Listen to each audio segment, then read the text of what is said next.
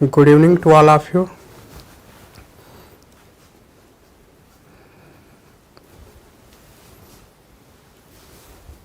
Okay. Am I audible? तो आज का सेशन हम शुरू करते हैं. Sorry for late. कुछ टेक्निकल इशू था तो सभी लोग आ जाइए और आज का सेशन हम शुरू करते हैं. और आज मैंने 10 क्वेश्चन और भी ऐड किए हैं. जो कल वाले 10 क्वेश्चन थे और आज के 10 क्वेश्चन, आज टोटल 20 क्वेश्चन होंगे और बहुत ही रैपिड फायर तरीके से हम करेंगे. ओके, तो शुरू करते हैं. पहला क्वेश्चन तो हो गया था रॉलेट एक्ट. आप सभी को पता है रॉलेट एक्ट कब लागू हुआ था, 1919. कल आपने सभी ने आंसर दिया था. इसके बाद जलियांवाला बाग मसाकर होता है और फिर गांधी जी ने नॉन कोऑपरेशन मूवमेंट शुरू किया था. अब हम आते हैं आज के दूसरे क्वेश्चन पे. ओके, तो इसका आंसर आप सभी लोग दे दो. हमारा जो राज्यसभा है, आप सभी जानते हो राज्यसभा के बारे में. राज्यसभा के बारे में आप लोग सभी जानते हो. पार्लियामेंट जो है, पार्लियामेंट के 3 पार्ट होते हैं, लोकसभा, राज्यसभा, प्रेसिडेंट. तो आप लोग आंसर दो इसका कि राज्यसभा में प्रेसिडेंट कितने मेंबर को नॉमिनेट करता है. जल्दी से आंसर दो सभी लोग. आज का सेशन सबसे अच्छा होने वाला है अब तक का, क्योंकि आगे के जो 10 क्वेश्चन है बहुत ही इंटरेस्टिंग है, बहुत ही रैपिड फायर तरीके से हम करेंगे. इसका आंसर दो आप सभी लोग. राज्यसभा में प्रेसिडेंट कितने सदस्यों को नॉमिनेट करता है. आपके ऑप्शन है 1/6, 6, 10 एंड 12. आप लोग कमेंट में आंसर देते रहो, तब तक मैं और कुछ बता दूं आप सभी को, क्योंकि राज्यसभा के बारे में जानना बहुत जरूरी है. जैसा कि आप ये सेशन जानते हैं, अगर मैं एक क्वेश्चन को लेता हूं तो बहुत ही डीपली आपको बताता हूं. सभी आंसर दे रहे हैं 1/6 और भी बाकी लोग आंसर दो, तब तक मैं राज्यसभा लोकसभा के बारे में हल्का सा बता दूं. राज्यसभा में आपका सही आंसर हो जाएगा 12 मेंबर को प्रेसिडेंट नॉमिनेट करता है. आप कमेंट बॉक्स में ये बताओ राज्यसभा में टोटल कितने मेंबर होते हैं. लोकसभा में आपको बता दूं मैं 545 मेंबर होते हैं और राज्यसभा में 245 मेंबर. और अधिकतम मेंबर कितने हो सकते हैं, 250 अधिकतम मेंबर हो सकते हैं राज्यसभा में. यह पहली बात. दूसरी बात यह है, कोई बात नहीं, वो 1/6 भी आपका सही है. 1/6 मैंने जानबूझ के रखा है क्योंकि जब विधानसभा पूछेगा, विधानसभा यानी लेजिस्लेटिव असेंबली, तो वहां पे 1/6 मेंबर को गवर्नर नॉमिनेट करता है. तो ये भी आपको याद रखना, मैंने जानबूझ के ये ऑप्शन दिया था. ओके, तो और हम देखेंगे राज्यसभा में, ये हमने इतना कुछ देखा. लोकसभा, राज्यसभा और प्रेसिडेंट. लोकसभा में 2 एंग्लो इंडियन होते थे, अभी तक नॉमिनेट होते थे एंग्लो इंडियन. एंग्लो इंडियन के बारे में आप सभी जानते होंगे, ये ब्रिटिशर्स जो इंडिया में रह गए थे उन्हें एंग्लो इंडियन कहते हैं. तो अभी 2019-20 में ये एंग्लो इंडियंस को 104 कॉन्स्टिट्यूशन अमेंडमेंट एक्ट से हटा दिया गया है. इन्हें खत्म कर दिया गया है, जो इनको रिजर्वेशन दिया जाता था. ओके, तो ये हमने देखा इतना कुछ. अब हम देखेंगे राज्यसभा के बारे में कुछ और देखेंगे. राज्यसभा के जो चेयरमैन होते हैं हमारे देश के वाइस प्रेसिडेंट होते हैं. इसीलिए जो भी वाइस प्रेसिडेंट को कहा जाता है ex officio chairman of Rajya Sabha. पहली बात. दूसरी बात, राज्यसभा होता क्या है. लोकसभा तो आप सभी जानते हो, लोकसभा में क्या होता है, जो एमपी होते हैं, इलेक्शन होता है और यहीं से पीएम बनते हैं. लेकिन राज्यसभा क्या होता है. राज्यसभा जो होता है ये स्टेट को रिप्रेजेंट करता है. हर स्टेट से मेंबर आते हैं. एक सवाल है मेरा आप सभी से, क्या राज्यसभा में सिर्फ स्टेट से मेंबर आते हैं. आप कमेंट बॉक्स में बताओ, यूटी से आते हैं या नहीं. क्या सिर्फ स्टेट से मेंबर आते हैं राज्यसभा में, यूटी से आते हैं या नहीं. ओके, तो इतना रहा इसमें. और राज्यसभा के बारे में हमने देखा, ये 12 मेंबर हो जाएंगे. आप कमेंट में आंसर दो, तब तक हम दूसरे क्वेश्चन पे आते हैं. और ये राज्यसभा में जो मेंबर आते हैं वो किस फील्ड से आते हैं. तो आप सभी जानते हैं art, literature, science and social service, ये 4 फील्ड से प्रेसिडेंट नॉमिनेट करता है मेंबर्स को. ओके, अगर हम स्टेट की बात करें तो स्टेट में 1/6 मेंबर को नॉमिनेट करता है गवर्नर. और देखा है तो 1/3 लोकल बॉडी एमएलए और 1/12 ग्रेजुएट एंड टीचर्स. तो ये कुछ इंपॉर्टेंट फैक्ट है। एक फैक्ट मैंने और ऐड किया है, चंचल बिल्कुल सही आंसर है 3UT। क्या आप 3UT का नाम बता सकते हो? कमेंट बॉक्स में जल्दी से बताओ वो कौन सा 3 यूनियन टेरिटरी है। जैसा कि चंचल ने बताया 3UT से भी राज्यसभा में आते हैं। उन तीनों यूनियन टेरिटरी का भी नाम आप बता दो। तब तक मैं और आपको बता दूं, ये बहुत इंपॉर्टेंट फैक्ट मैं आपको बताने जा रहा हूं आज। लोकसभा का मेंबर बनने के लिए आपका एज होना चाहिए 25 साल। ओके, राज्यसभा का मेंबर अगर बनना है तो आपकी उम्र होनी चाहिए 30 साल। ये दोनों डिफरेंस आपको याद रखना है। ओके, अगर पंचायत का मेंबर बनना है, पंचायत में आपको इलेक्शन में उठना है, तो आपकी एज होनी चाहिए 21 साल। अगर आपको इस देश का प्रेसिडेंट बनना है, राष्ट्रपति बनना है, तो आपकी उम्र होनी चाहिए 35 साल। तो ये कुछ है जो मैं पीपीटी के थ्रू आपको प्रोवाइड करा दूंगा। नितेश गुड इवनिंग, आज आप लेट हो गए, कोई बात नहीं, आप अगले क्वेश्चन का आंसर दो। और उन तीनों यूनियन टेरिटरी का नाम मैं आपको बता दे रहा हूं। एक तो है न्यू दिल्ली, न्यू दिल्ली में आप जानते हैं मुख्यमंत्री जो हमारे हैं अरविंद केजरीवाल जी हैं। दूसरा है पुदुचेरी और तीसरा अभी लेटेस्ट बना है जम्मू एंड कश्मीर। तो वो ये 3 स्टेट हैं। चलो इसका आंसर दो आप सभी लोग। भारत में सबसे अधिक और सबसे महत्वपूर्ण मृदा समूह कौन सा है? जलोढ़ मिट्टी, काली मिट्टी, लेटेराइट मिट्टी एंड ब्लैक सॉइल 2 बार हो गया, कोई बात नहीं। इन 3 ऑप्शन में से आप बता दो भारत में सबसे ज्यादा मिट्टी कौन सी पाई जाती है?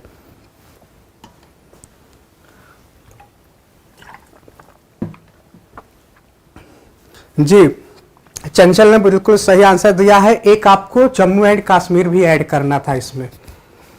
ओके, चलो इसका आंसर दो आप लोग। भारत में सबसे ज्यादा मिट्टी कौन सी पाई जाती है? आप आंसर देते रहो, तब तक मैं आपको कुछ और बता दूं मिट्टी के बारे में, क्योंकि मिट्टी बहुत इंपॉर्टेंट है। और मिट्टी इसलिए बहुत इंपॉर्टेंट है क्योंकि भारत एक एग्रीकल्चर फार्मिंग कंट्री है। भारत के ज्यादातर आबादी 80% लोग देखे तो किसान है। इसलिए ये क्वेश्चन जानना आपके लिए बहुत इंपॉर्टेंट हो जा रहा है। और बिल्कुल सही, चंचल, निशा, राधिका सभी लोग ए बता रहे हैं, यानी कि आपका ऑप्शन जो है मैं अलुवियल सॉइल को लॉक कर दे रहा हूं। और बिल्कुल सही बात है, 40 से 46% पाया जाता है। भारत में टोटल मिट्टी का 40 से 46% पाया जाता है ये मिट्टी। चलो अब हम देखेंगे ब्लैक सॉइल, काली मिट्टी भी बहुत इंपॉर्टेंट है। और काली मिट्टी कहां पाया जाता है? जो पेनिनसुलर इंडिया है, ये वाला रीजन, डेक्कन प्लेटू, यहां पे काली मिट्टी पाई जाती है। और इसमें एक खेती होती है, बहुत इंपॉर्टेंट खेती होती है काली मिट्टी में, और वो सिर्फ काली मिट्टी में ही उगाया जा सकता है।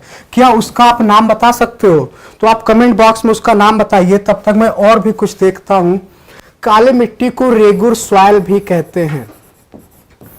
ठीक, अलुवियल सॉइल क्यों इंपॉर्टेंट हो जाता है? क्योंकि भारत के नॉर्थ में 3 नदियां बहती हैं, गंगा, सिंधु एंड ब्रह्मपुत्रा। इन नदियों का जो ड्रेनेज एरिया है वहां पे ये प्लेन जो है वहां पे ये एलुवियल मिट्टी पाई जाती है। और एग्रीकल्चर का वहां पे मुख्य स्रोत यही इसी मिट्टी की वजह से है।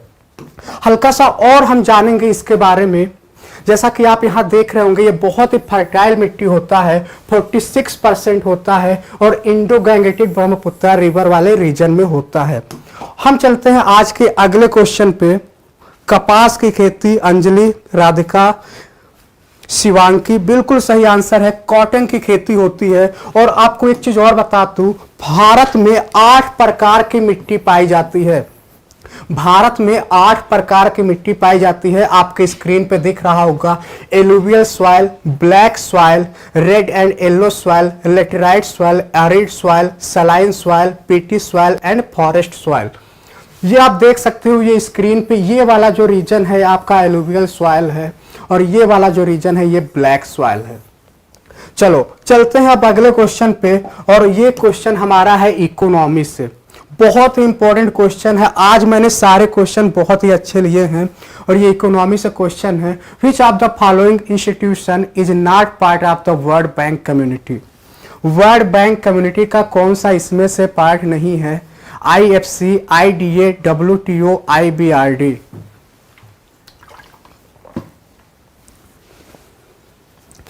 तो आप लोग आंसर देते रहो, तब तक मैं वर्ल्ड बैंक के बारे में बता दूं। वर्ल्ड वार 2 हुआ तो सभी यूएन जो था बनाया गया, यूनाइटेड नेशन बनाया गया, और ये भी सोचा गया कि कुछ इंटरनेशनल लेवल पे हो ताकि ट्रेड करना आसान हो। तो 3 चीजें मुख्य रूप से बनाई गई थी, एक वर्ल्ड बैंक, एक आईएमएफ एंड एक आईटीओ। वर्ल्ड बैंक आप सभी जानते हो, international monetary fund, and ITO international trade organisation. उसमें से क्या होता है, ये दोनों तो बन जाता है पर ये तीसरा नहीं बन पाता है, और इसके स्थान पे 2 साल बाद GATT बनता है। ओके, तो आईएमएफ और वर्ल्ड बैंक ये दोनों बनता है। ये कहाँ पे बनता है, ब्रिटेन वुड, अमेरिका में, यूएसए में एक जगह था ब्रिटेन वुड, वहां पे बनता है। और इसके 5 वर्ल्ड बैंक के 5 आर्गन है, जिसमें से WTO जो है, world bank, world trade organisation, इसका हिस्सा नहीं है। चंचल ने बिल्कुल सही आंसर दिया है, WTO नहीं है, विश्व व्यापारिक। ये कब बना था, ये तो 1995 में बना था। तो ये आप ऐसे भी गेस कर सकते हो। हल्का सा हम जानेंगे पांचों के बारे में हम समझेंगे ये होता क्या है। तो आपके स्क्रीन पे दिख रहा होगा, सबसे पहला जो है IFC, इंटरनेशनल फाइनेंस कॉरपोरेशन। दूसरा है ICSID, international centre for settlement of investment dispute. तीसरा है मीगा, मल्टीलेटरल इन्वेस्टमेंट गारंटी एजेंसी। और चौथा है वर्ल्ड बैंक इंस्टीट्यूट, और एक है द वर्ल्ड बैंक। तो ये 5 आर्गन है। सबसे मुख्य रूप से अगर हम जानने की कोशिश करें, इसमें इंडिया सबका मेंबर है। क्वेश्चन कहां से पूछेगा वो हम देखेंगे। इंडिया इन सब में से सबका मेंबर है, सिर्फ एक का मेंबर नहीं है, और वो एक ये है ICSID, इसका मेंबर नहीं है। बाकी चारों का इंडिया मेंबर है। ओके, ये क्यों बनाया गया आप सभी को मैंने बता ही दिया है कि ट्रेड अच्छे से हो सके, एक इंटरनेशनल लेवल पे कानून हो, सभी देश उसे फॉलो करें। कुछ और हम देखेंगे इसके बारे में फैक्ट। ब्रिटेन वुड, मैंने आपको बताया, कॉन्फ्रेंस हुआ था 1944 में, और वहीं से ये दोनों निकल के आया। दोनों एक साथ बना था, इसीलिए इसे क्या बोलते हैं, ब्रिटेन वुड ट्विंस बोलते हैं। इंडिया सबका मेंबर है, सिर्फ ICSID का मेंबर नहीं है। वर्ल्ड बैंक किसे कहते हैं, IBRD और IDA, इन दोनों के मिक्सचर को वर्ल्ड बैंक कहते हैं। ओके, तो ये हमने इतना कुछ देखा वर्ल्ड बैंक के बारे में। IMF के बारे में कल मैं क्वेश्चन दूंगा, और उसके बारे में कल हम डिस्कस करेंगे। आज का 5वां क्वेश्चन है इन्वायरमेंट से, और ये भी बहुत ही प्यारा सा क्वेश्चन है। इसका आंसर दो आप सभी लोग। फास्फोरस और नाइट्रोजन जैसे पोषक तत्वों द्वारा जल निकाय का संवर्धन कहलाता है। Succession, eutrophication, stratification, climax vegetation. जी, 1914 में फर्स्ट वर्ल्ड वार, बिल्कुल सही है।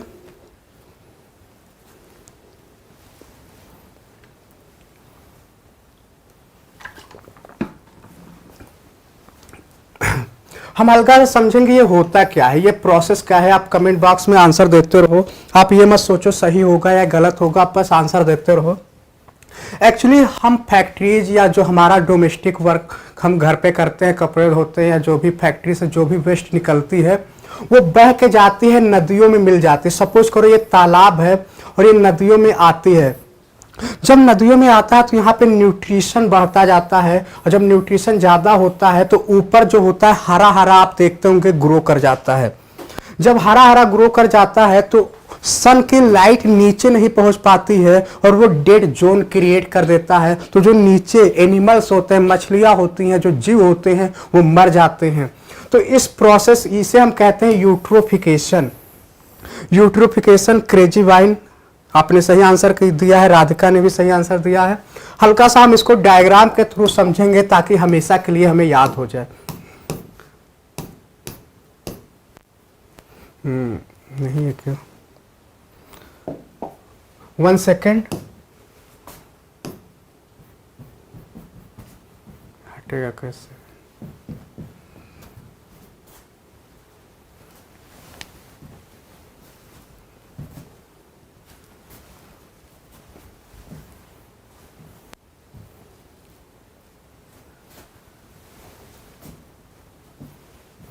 चलो कोई नहीं, इसमें नहीं है, हम आगे चलते हैं।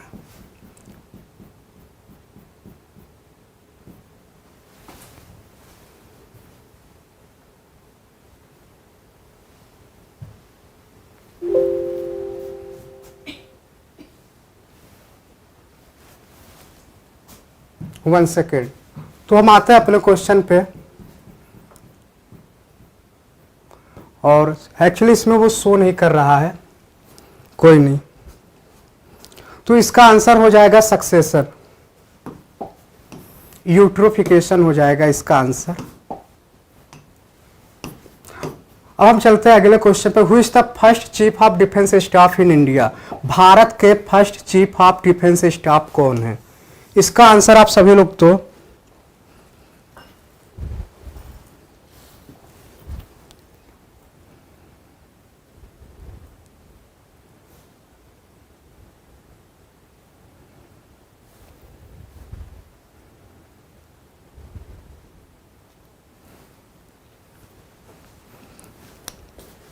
फोन दीजिए।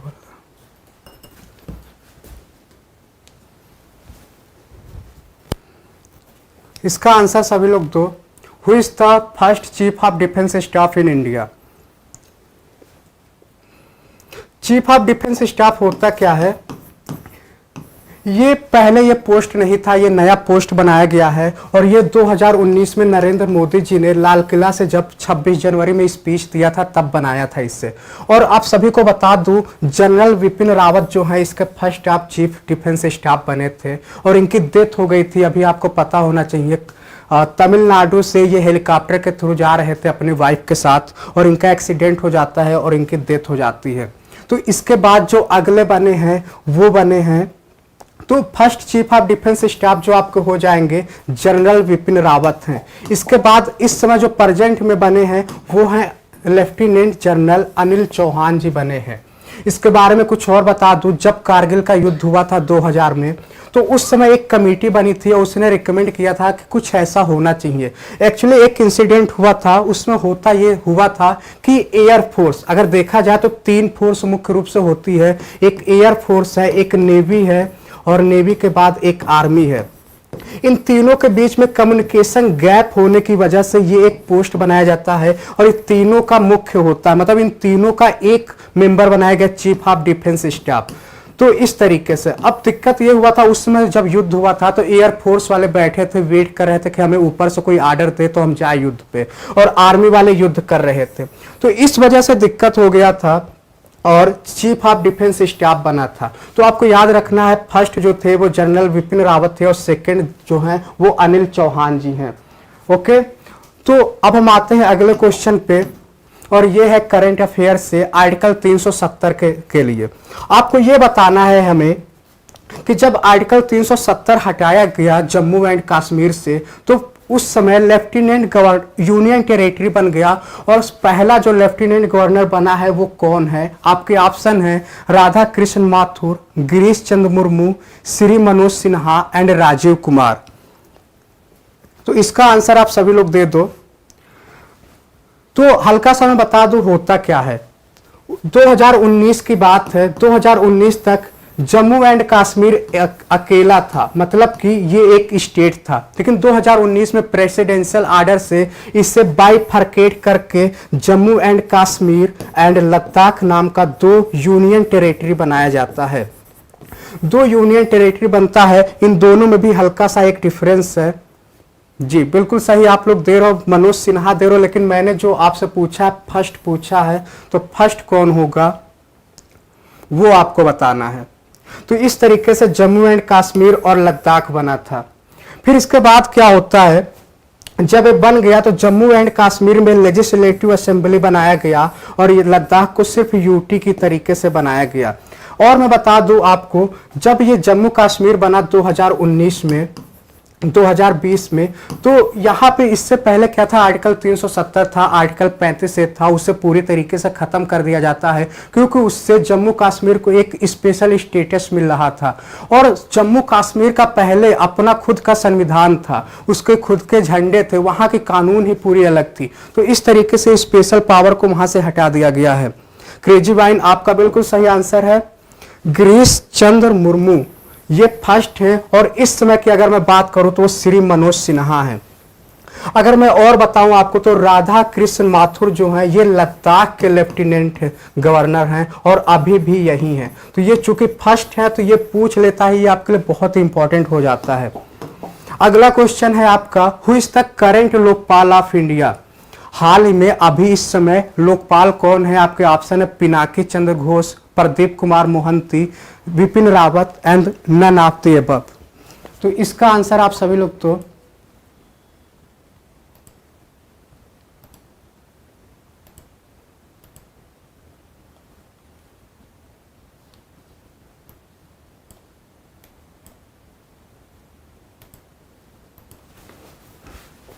इसका आंसर क्या होगा जी? नितेश ने 3 बोला है।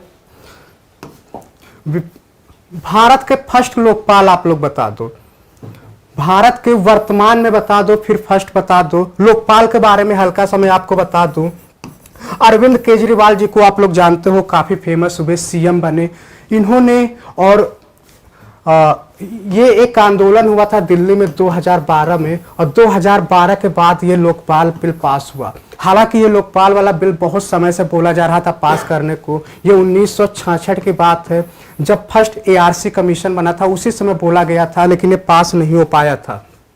तो फाइनली 2012 के बाद 2013 में सरकार को मानना पड़ता है और लोकपाल बिल पास होता है। और सबसे पहले जो इसके बनाए जाते हैं लोकपाल वो थे पिनाकी चंद्र घोष। पिनाकी चंद्र घोष सबसे पहले बनाए जाते हैं। और इस समय अगर पूछ ले तो प्रदीप कुमार मोहंती जी जो हैं वो लोकपाल के फर्स्ट इस समय लोकपाल हैं वो। ओके, अब हम आते हैं अगले क्वेश्चन पे। और आप लोग आज 10 क्वेश्चन जो होगा रैपिड फायर से है, तो आप लोग रुके रहें और उसमें और भी मजा आने वाला है। इसके बाद है GATT। GATT was replaced by which of the following international organisation. GATT के बारे में मैंने आपको बताया है। GATT बना था 1948 के आसपास बना था। उसके बाद इसे रिप्लेस किया था 1995 में। आपको ये बताना है विश्व बैंक, अंतर्राष्ट्रीय मुद्रा कोष, विश्व व्यापार संगठन, विश्व स्वास्थ्य संगठन, किसने रिप्लेस किया है GATT को? क्वेश्चन नंबर 9 का आंसर दो सभी लोग। GATT को किसने रिप्लेस किया है? चलो तब तक मैं और बता दूं, ये GATT जैसे general agreement on trade and trade आप देख रहे होंगे तो आप समझ गए होंगे ये ट्रेड से रिलेटेड है। तो सिंपल सी बात है, विश्व व्यापार संगठन हो जाएगा, WTO हो जाएगा। इसके बाद WTO ने जब इसको रिप्लेस किया 1995 में, और उसमें एक कॉन्फ्रेंस हुआ था, वो बहुत इंपॉर्टेंट आपके लिए है, मराकेश एग्रीमेंट होता है। और उस समय 1995 में GATT को रिप्लेस कर देता है वर्ल्ड ट्रेड ऑर्गेनाइजेशन। आप सभी को मैंने बताया है वर्ल्ड ट्रेड ऑर्गेनाइजेशन का हेडक्वार्टर जो है वो जिनेवा में है। ओके, तो GATT कब बना था? ये 1947 में बना था। और ये क्यों बना था कि जो इंटरनेशनल ट्रेड होता है, टैरिफ लगता है, तो एक देश दूसरे देश से जब कोई सामान आता है, गुड्स आता है, तो उस पर टैरिफ लगाया जाता है। तो उसको एक नियंत्रित तरीके से लगाए, बैलेंस तरीके से लगाए, ताकि ट्रेड अच्छे से हो सके। चंचल बिल्कुल सही आंसर है, सभी का आंसर सही है, क्रेजी वाइन अंजलि। ओके, अब आज का 10वां क्वेश्चन है, ये है which among the following is the first classical language. बहुत इंपॉर्टेंट क्वेश्चन है, ये भी हमेशा एग्जाम्स में आते रहते हैं इससे क्वेश्चन। इसका आंसर सभी लोग दो। पहला क्लासिकल लैंग्वेज कौन है भारत का? आपके ऑप्शन है Tamil, Sanskrit, Malayalam and Telugu. Classical language के बारे में हल्का सा मैं आपको बता दूं, ये ओल्ड लैंग्वेज होते हैं, इसकी कुछ क्राइटेरिया होती है। और तो उस हिसाब से अगर देखा है तो भारत में अभी तक टोटल 6 क्लासिकल लैंग्वेज हैं। और उसमें से ये सारे हैं, जितने आपके स्क्रीन पे हैं ये सारे हैं। और 2 और भी हैं, एक है तमिल, संस्कृत, मलयालम, तेलुगु, और 4 ये हैं। तो आप लोग आंसर दो। तमिल, अंजलि ने ए बोला है, बाकी लोग भी आंसर दो। तब तक हम कुछ और देख लेते हैं इसके बारे में। सबसे पहले जो शामिल हुआ था 2004 में तमिल हुआ था। इस तरीके से अगर हम देखें तो सबसे लास्ट में 2014 में ऐड हुआ था। संस्कृत, कन्नड़, तेलुगु, मलयालम एंड उड़िया। तो इस तरीके से हमने सारे लैंग्वेज देख लिए। तो इसका आपका आंसर हो जाएगा तमिल लैंग्वेज जो है ये क्लासिकल लैंग्वेज है जो सबसे पहले ऐड हुआ। इसके बाद हम बहुत ही इसमें नहीं है तो हम अगला देखते हैं।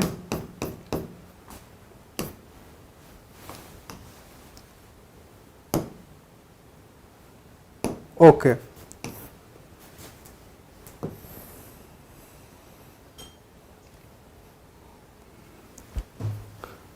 तो सभी लोग शुरू हो जाओ। अब हम रैपिड फायर शुरू करेंगे। कल चूंकि नहीं हो पाया था कल का सेशन, तो आज मैंने 10 क्वेश्चन एक्स्ट्रा लिए हैं और आपको बहुत ही स्पीड में आंसर देना है। जी अंजलि, नहीं तमिल होगा। तमिल जो है सबसे पहले क्लासिकल लैंग्वेज ऐड हुआ था। तो रैपिड फायर के लिए सभी लोग रेडी हो जाओ। बहुत ही फास्ट आपको कमेंट करना है, मैं एक्सप्लेन भी नहीं करूंगा, सिर्फ आपको कमेंट करना है। तो पहला क्वेश्चन है, प्रस्तावना को किस अनुच्छेद के तहत संशोधन द्वारा नहीं बदला जा सकता है? आपके ऑप्शन है आर्टिकल 360, आर्टिकल 362, आर्टिकल 368 और आर्टिकल 370। किस आर्टिकल के थ्रू आप प्रस्तावना को नहीं संशोधित नहीं कर सकते हो, बदल नहीं सकते हो? ओके, थैंक यू श्रुति। तो जल्दी से आंसर दो आप सभी लोग। आप अनुच्छेद को किस आर्टिकल के थ्रू नहीं बदल सकते हो? रैपिड फायर है क्योंकि आपको बहुत ही स्पीड में आंसर देना है। तब तक मैं हल्का सा आप लोग आंसर दे रहा हूं, तब तक मैं कुछ बता दूं प्रस्तावना के बारे में। प्रस्तावना जो है हमारे संविधान का प्रीफेस बोलते हैं, एक तरीके से इंट्रोडक्शन होता है। कुछ भी आंसर दो, आपको आंसर देना है, जल्दी से आंसर दो। आर्टिकल को किस आर्टिकल के थ्रू आप चेंज नहीं कर सकते हो? तो वो हो जाएगा आर्टिकल, सभी लोग 370 बोल रहे हैं लेकिन आपका आंसर बिल्कुल गलत है। आर्टिकल 368 के थ्रू आप चेंज नहीं कर सकते हो। अभी सेशन के लास्ट में आप मुझसे पूछ सकते हैं। अब हम चलते हैं अगले क्वेश्चन पे। जो अगला क्वेश्चन है रैपिड फायर का, उस पे आते हैं। और दूसरा क्वेश्चन है, भारतीय संविधान की प्रस्तावना किसने तैयार की थी? भारतीय संविधान की प्रस्तावना किसने तैयार की थी? B are Ambedkar, Jawaharlal Nehru, Rajendra Prasad, Mahatma Gandhi. जल्दी से आप लोग बता दो किसने तैयार की थी। उसका आंसर हो जाएगा आर्टिकल 368 के थ्रू आप प्रस्तावना को चेंज नहीं कर सकते हो।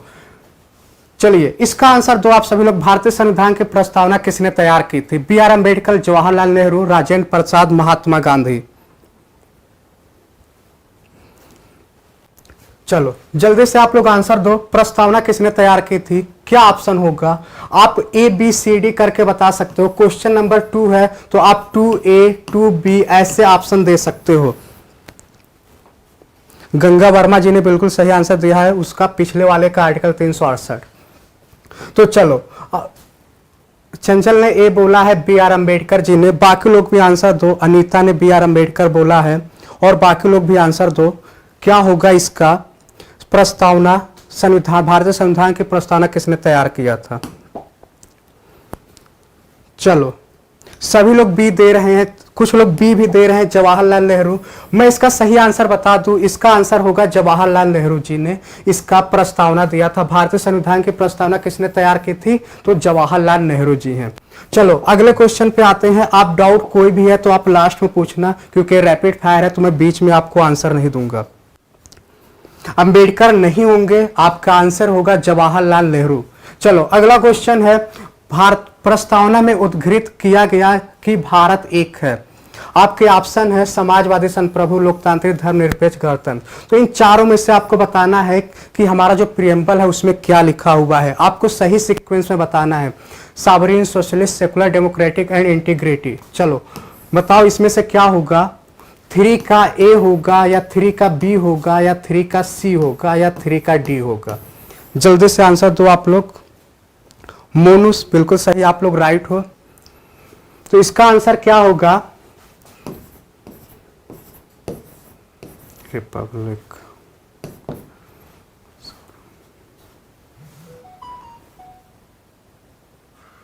आपको सीक्वेंस में बताना है।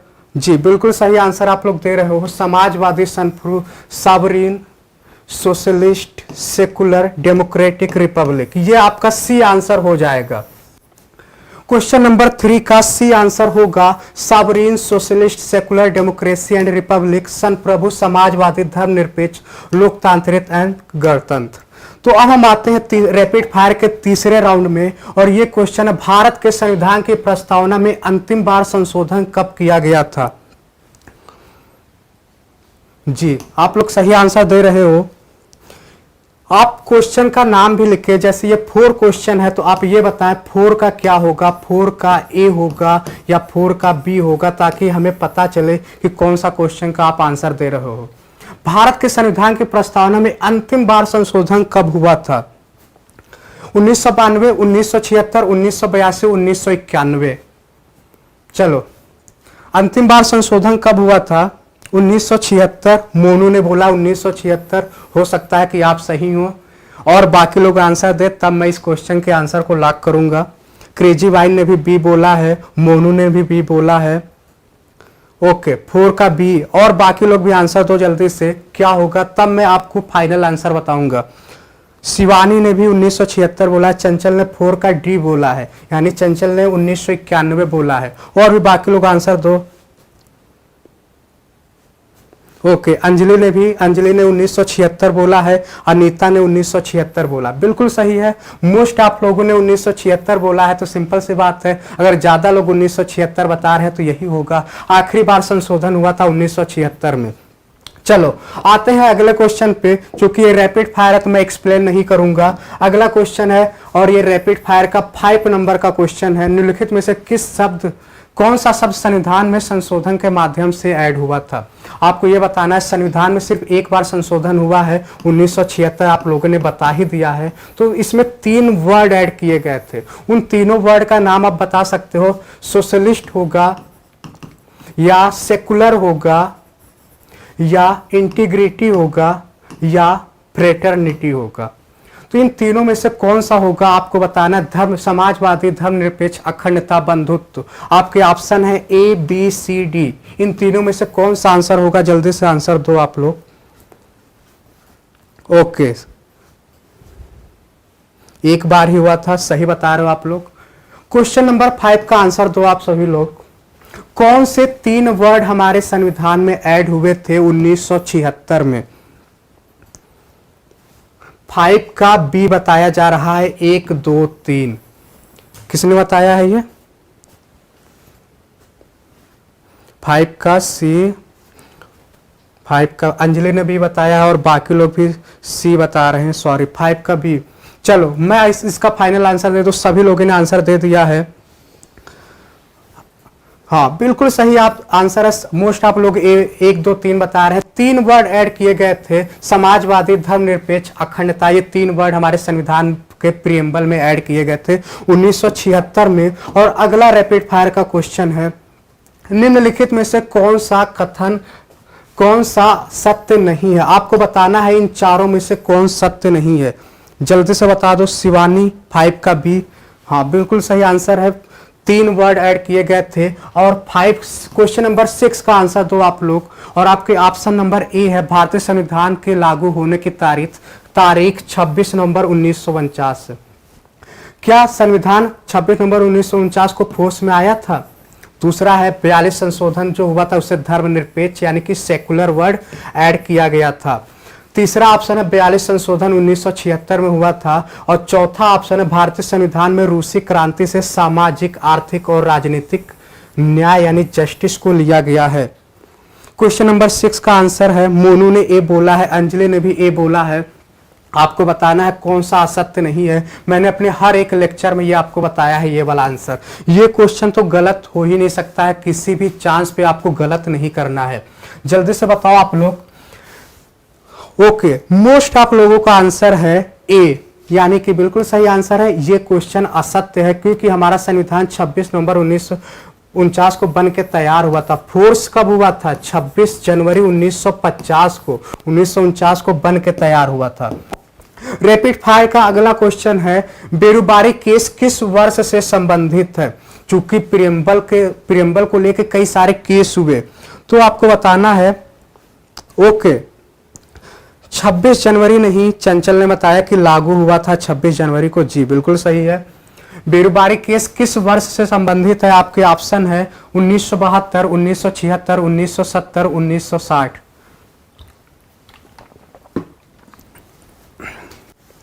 अनीता ने ये बोला है 1972, आपको बता दूं, हमारा प्रियम्बल को लेकर बहुत सारा विवाद भी चला था। क्यों? क्योंकि बहुत सारे लोग बोल रहे थे प्रियम्बल जो है संविधान का हिस्सा है, बहुत लोग बोल रहे थे संविधान का हिस्सा नहीं है। तो इस वजह से बहुत 3 केस होते हैं, और जो सबसे पहला केस था वो बेरुबारी केस था, और इसने बोला था कि प्रियम्बल जो है संविधान का हिस्सा नहीं है, और ये जो है 1960 में ये केस हुआ था। तो आपका 7 का डी नहीं है, डी अंजलि का बिल्कुल सही आंसर है, बाकी सभी ने गलत दिया है। आपका हो जाएगा 7 का डी। चलो रैपिड फायर के अगले क्वेश्चन पे आ जाओ सभी लोग। भारतीय संविधान की प्रस्तावना, आपको बताना है कि भारतीय संविधान की प्रस्तावना किस देश से इंस्पायर होकर हमने अपने संविधान में ऐड किया है। जल्दी से आंसर दो। चलो शिवानी ने भी बताया 1960, बिल्कुल सही है। नहीं, चंचल 1970 नहीं होगा, मैंने बता दिया। एक्चुअली हमारे और आपके बीच में कम्युनिकेशन गैप हल्का सा अधिक है, तो हमारी आपका कमेंट देर से आ रहा है, पर कोई बात नहीं। आप क्वेश्चन नंबर 8 का आंसर दो। भारतीय संविधान की प्रस्तावना किस देश से इंस्पायर होकर बनाया गया है? जल्दी से बताओ सभी लोग। भारतीय संविधान की प्रस्तावना जो है किस देश से इंस्पायर होकर बनाया गया है? सभी लोग बता रहे हैं 8 का ए, क्रेजी बाइन शिवांकी ने बोला है 8 का डी, शिवानी ने भी ए बोला है, और बाकी लोग भी आंसर दो जल्दी से। किस देश से इंस्पायर होकर हमने प्रियम्बल को लिया है? मोनू ने अमेरिका बोला, बिल्कुल सही आंसर। सभी लोग ए बता रहे हैं, अमेरिका बता रहे हैं, तो मैं भी ज्यादा सोचूंगा नहीं, मैं भी अमेरिका को लॉक कर देता हूं। अमेरिका आप सभी को पता है विश्व का सबसे पहला लिखित संविधान है। तो आते हैं अगले क्वेश्चन पे। रैपिड फायर का 9वां क्वेश्चन है, और ये बहुत ही अच्छा क्वेश्चन है आपके लिए। निम्नलिखित में से किस देश में सर्वोच्च न्यायालय ने प्रस्तावना को संविधान का हिस्सा माना है? बहुत ही इंपॉर्टेंट क्वेश्चन है, बहुत ही इंपॉर्टेंट क्वेश्चन है। सुप्रीम कोर्ट ने किस केस में बताया है कि प्रियम्बल संविधान का हिस्सा है?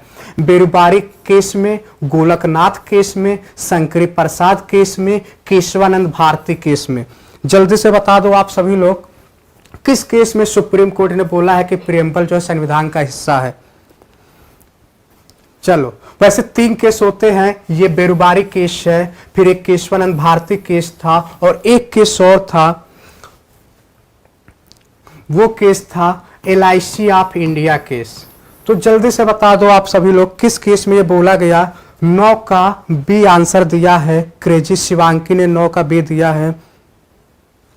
मोनू ने बोला है 9 का डी। मोनू के सारे क्वेश्चन, सारे आंसर सही जा रहे हैं। मोनू आपका 9 का डी होगा, केशवानंद भारती केस। मैं भी इसी को लॉक करता हूं। और शिवानी ने भी बोला है 9 का डी, यानी केशवानंद भारती केस। ओके, चंचल का 9 का बी नहीं, चंचल 9 का बी नहीं होगा। आपको मैं बता दूं, वो केशवानंद भारती केस बहुत इंपॉर्टेंट है। 1973 आपको रट लेना है, क्योंकि 1973 में बहुत सारे, केशवानंद भारती केस में बहुत सारे अच्छी बातें की गई थी। चलो रैपिड फायर का अगला क्वेश्चन है। गंगा वर्मा ने भी ए बोला है, बेरुबारी नहीं होगा। अंजलि ने डी बोला है, केशवानंद भारती केस बिल्कुल सही है। मोनू ने बोला 1973। चलो रैपिड फायर का अगला क्वेश्चन है। संविधान की प्रस्तावना में उल्लिखित 3 प्रकार के न्याय हैं। संविधान की प्रस्तावना में 3 प्रकार की जस्टिस है, वो तीनों जस्टिस आप मुझे बता सकते हैं। 10वां क्यूज है, रैपिड फायर का 10 नंबर क्वेश्चन है। आपको बताना है कि हमारे संविधान के जो प्रियम्बल में जस्टिस की बात की गई है, 3 प्रकार के जस्टिस की बात की गई है, वो कौन से हैं? राधिका बिल्कुल सही है, 9 का डी, 1973। अनीता, गंगा वर्मा 9 का डी। गंगा वर्मा जी आप क्वेश्चन नंबर 10 का आंसर दो। आपको ये बताना है कि जस्टिस जो है, न्याय जो है 3 प्रकार के है प्रियम्बल में, वो तीनों आपको बताना है। सामाजिक, आर्थिक, राजनीतिक। सामाजिक, आर्थिक, धार्मिक। सामाजिक, धार्मिक, राजनीतिक। धार्मिक, आर्थिक एंड राजनीतिक। जल्दी से आप लोग बता दो। 10 का सी बोला है, बोली है। अंजलि ने सी बोला है, शिवानी ने भी सी बोला है, श्रुति ने सी डी बोला है। ओके, राधिका ने भी सी बोला है, पर आपको बता दूं आप सभी के आंसर गलत हैं। मोनू आपका क्या आंसर है? जल्दी से आप कमेंट बॉक्स में करो, क्योंकि आज आपके सारे क्वेश्चन सही हो रहे हैं। चलो मैं बता दूं, इसका मैं आंसर लॉक करता हूं, और इसका सही आंसर हो जाएगा सामाजिक, आर्थिक एंड राजनीतिक। Social, economical and political justice की बात किया गया है प्रियम्बल में। चलो, आज का अगला क्वेश्चन है रैपिड फायर का, और ये है भारत के संविधान की प्रस्तावना में अब तक कितनी बार संशोधन किया जा चुका है? 1 बार, 2 बार, 3 बार, कभी नहीं। ओके, इसका आंसर दो आप सभी लोग। क्वेश्चन नंबर 11 का आंसर दो कि भारतीय संविधान की जो प्रियम्बल है कितनी बार संशोधन हुआ है? कोई नहीं मोनू, कोई बात नहीं, एक तो क्वेश्चन गलत होते रहते हैं। ये तो मैंने अभी बता ही दिया था, सिर्फ 1 बार संशोधन हुआ तो इसकी कोई बात ही नहीं बनती है। चलो, अगला क्वेश्चन है भारतीय संविधान की प्रस्तावना की कानूनी प्रक्रिया क्या है? मतलब कि आप प्रियम्बल को लेके क्या आप कोर्ट जा सकते हो? क्या प्रियम्बल के आधार पर कानून बनाया सकता है? तो आपको ये बताना है कि इसकी कानूनी प्रक्रिया क्या है, जस्टिसिएबल है या नॉन जस्टिसिएबल है, या विशेष परिस्थिति में लागू किया जा सकता है, या इनमें से कोई नहीं। क्वेश्चन नंबर 12 का आंसर आप सभी लोग तो जी 11 का ये आप सभी लोग बता रहे हो, सही बात है। 1 बार संशोधन हुआ है सिर्फ, और सिर्फ 1 बार संशोधन हुआ है, 3 वर्ड उसमें ऐड किए गए हैं, socialist, secular and integrative. Question number 12 का आंसर सभी लोग दो, संविधान की प्रस्तावना की कानूनी प्रक्रिया क्या है? A, B, C या D? क्वेश्चन नंबर 12 का आंसर दो सभी लोग। ओके,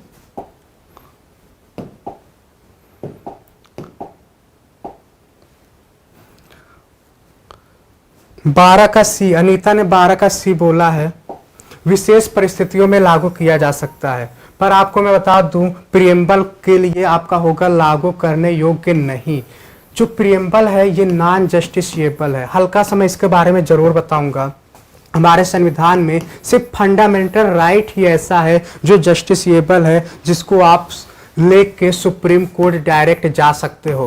पर आप इसके लिए फंडामेंटल ड्यूटी के लिए या प्रियम्बल को लेके आप सुप्रीम कोर्ट नहीं जा सकते हो। तो इस तरीके से देखा है तो फंडामेंटल ड्यूटी और ये दोनों नॉन जस्टिसिएबल हैं। तो आज का आखिरी क्वेश्चन है, रैपिड फायर का लास्ट क्वेश्चन है, बस हो गया। तो कैसा रहा, हल्का सा आप ये प्रियम्बल देख लो। We the people of India having sovereign, socialist, secular, democratic republic. 3 प्रकार की जस्टिस है, सोशल, इकोनॉमिक, पॉलिटिकल। लिबर्टी 5 प्रकार की लिबर्टी है, और वो कौन से? Thought, expression, belief, faith, worship. और इक्वलिटी जो है ये 2 प्रकार की है, स्टेटस की, अपॉर्चुनिटी की। तो आज का क्लास ओवर हो गया। कैसा रहा आज का क्लास आप कमेंट बॉक्स में बताएं, और कल के लिए आप सभी लोग रेडी रहें। हल्का सा आज टेक्निकल इशू था, इस वजह से क्लास लेट हो गया था, पर कल से हमेशा टाइम से रहेगा। Okay, thank you, good night.